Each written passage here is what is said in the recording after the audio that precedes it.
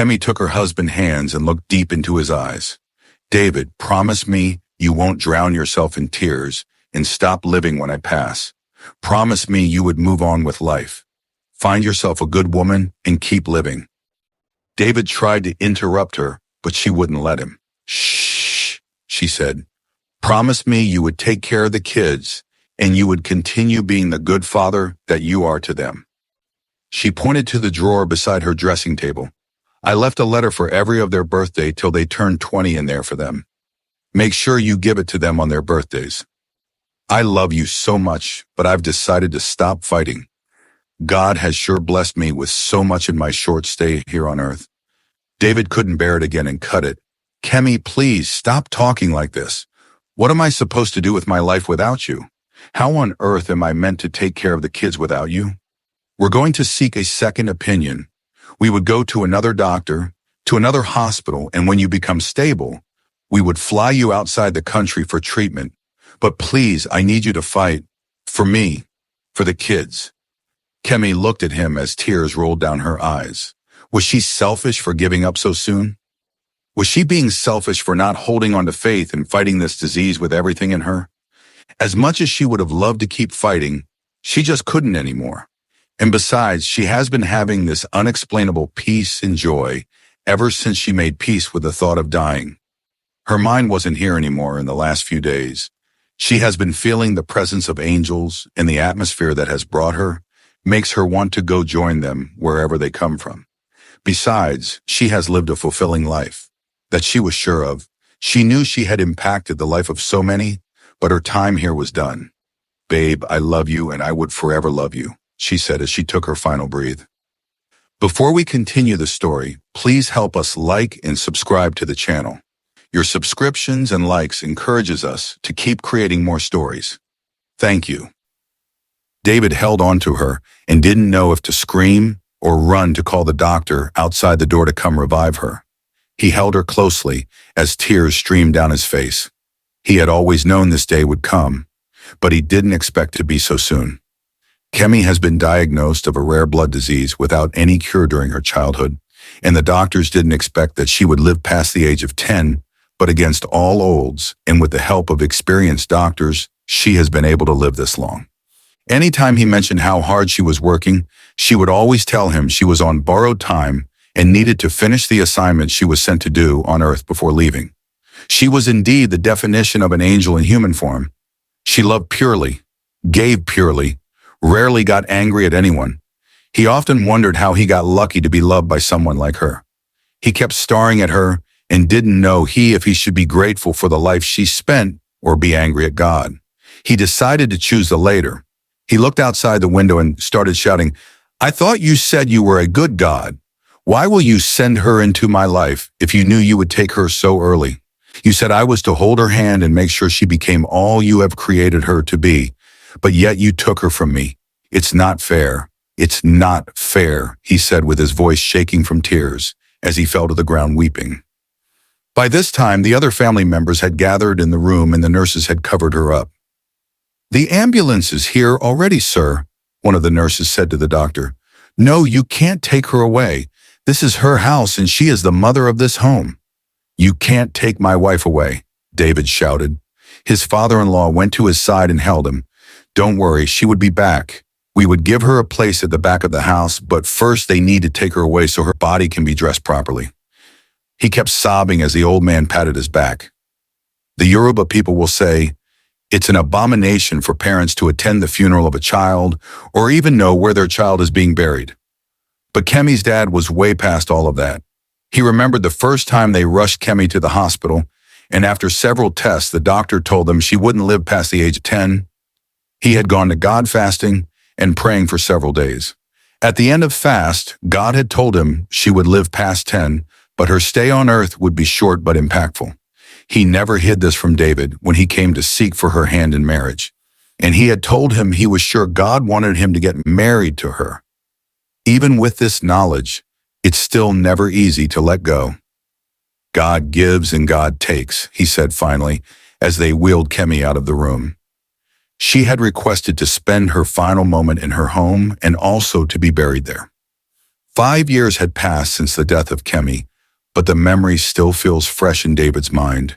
He had a hard time accepting her death, but as days rolled into months and months into years, his pain has been filled with a peace he couldn't quite describe, but that still didn't take away the emptiness her absence left in his life and that of their kids. He was grateful for the support of the community he had, but he still wished his wife was here with him. Today was their daughter's 13th year birthday, and as the practice has been in the last 5 years, he picked up the letter with the inscription, Bolu Atiwi's 13th birthday, and added it to her birthday present. This has been one of the favorite parts of the kids' birthday ever since their mother died. He would always tell them, Mom sent a message from heaven before handing them the letter. At first, the youngest would ask why she wasn't here to deliver the message herself, but as time went by, he understood. To an extent, her knowing the period she was going to die had been a blessing to the family because she had time to speak with everyone and prepare their heart for her passing. As David walked into the living room, balancing the remains of Bolu Atiwi's birthday cake on a tray, he saw her curled up on the couch, holding the letter close to her chest. Her eyes were thoughtful, her lips pressed in the way Kemi used to do when something weighed heavy on her mind. Dad, she began softly, looking up at him with Kemi's same gentle expression. Mum said I should ask you something. David paused and set the tray on the center table. What did she say? She said.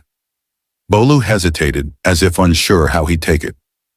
She said, if by now you haven't remarried, I should ask you when you're going to. She said we all deserve to be happy, especially you. David's heart dropped for a moment. He wasn't ready for that conversation. Or maybe he had just never allowed himself to be. He sat beside her, pulling her close. She said you would probably still be hurting, Bolu continued, but that you shouldn't carry the pain forever. She said she prayed someone special would come along, someone who would love you the way you deserve and love us too. Dad, do you think you could ever love someone else? He swallowed hard. I don't know, Bolu. I loved your mom with everything in me. But maybe, he paused, maybe love doesn't come to replace what we lost. Maybe it comes to remind us how full life can still be. She nodded slowly, then leaned her head on his shoulder. I hope she comes soon. A few weeks later, it started with a knock at the door on a quiet Saturday morning. David wasn't expecting anyone, but when he opened the door, there stood Tola, his childhood friend, the girl from down the street who used to compete with him in Bible quizzes and tease him for always forgetting his lines during school plays. Tola? He blinked. She had barely changed. Her smile was still warm, her eyes still sincere. She'd just returned to Nigeria after years in Canada, working as a mental health counselor. I heard about Kemi, she said gently. I'm so sorry, David. I've been meaning to reach out, but I didn't want to be intrusive. He stepped aside to let her in. You're always welcome.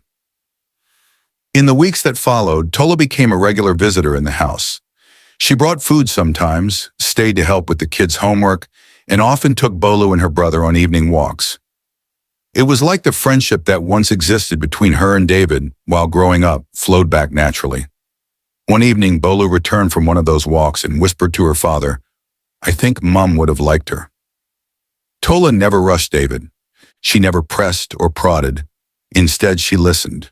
She gave him space when he needed it, and presence when he didn't realize he did. All she wanted to do was to be there for a friend who hasn't given himself time to grieve properly after his wife passing. One night after the kids had gone to bed, they sat on the back porch, wrapped in silence until David finally said, I'm scared to love again. I'm scared it'll make me forget her. Sometimes I want to do things that makes me genuinely happy, but I feel I would be betraying her because we used to do those things together. It's been hard moving on, Tola. It's been hard.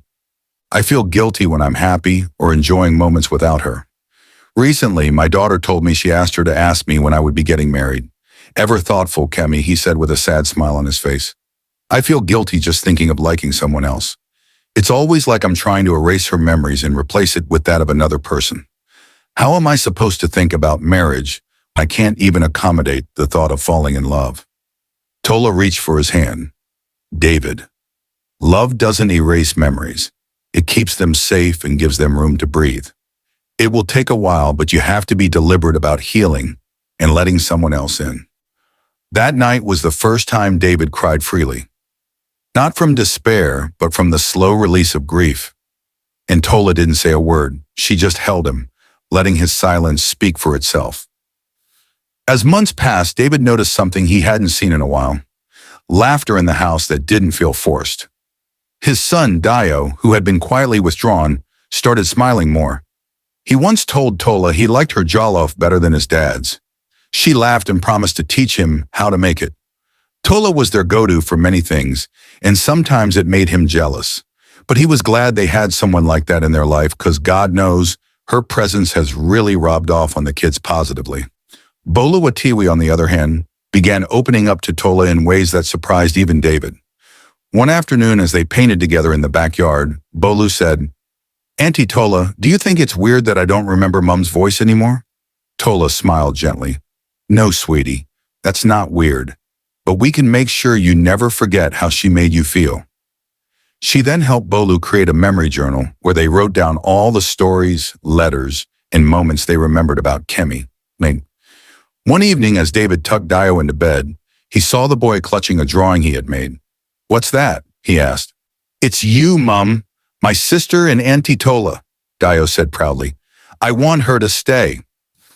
David stood there for a long time after that. The night he finally told Tola how he felt was quiet and unassuming. They were in the kitchen, cleaning up after dinner. He looked at her, his voice steady but vulnerable.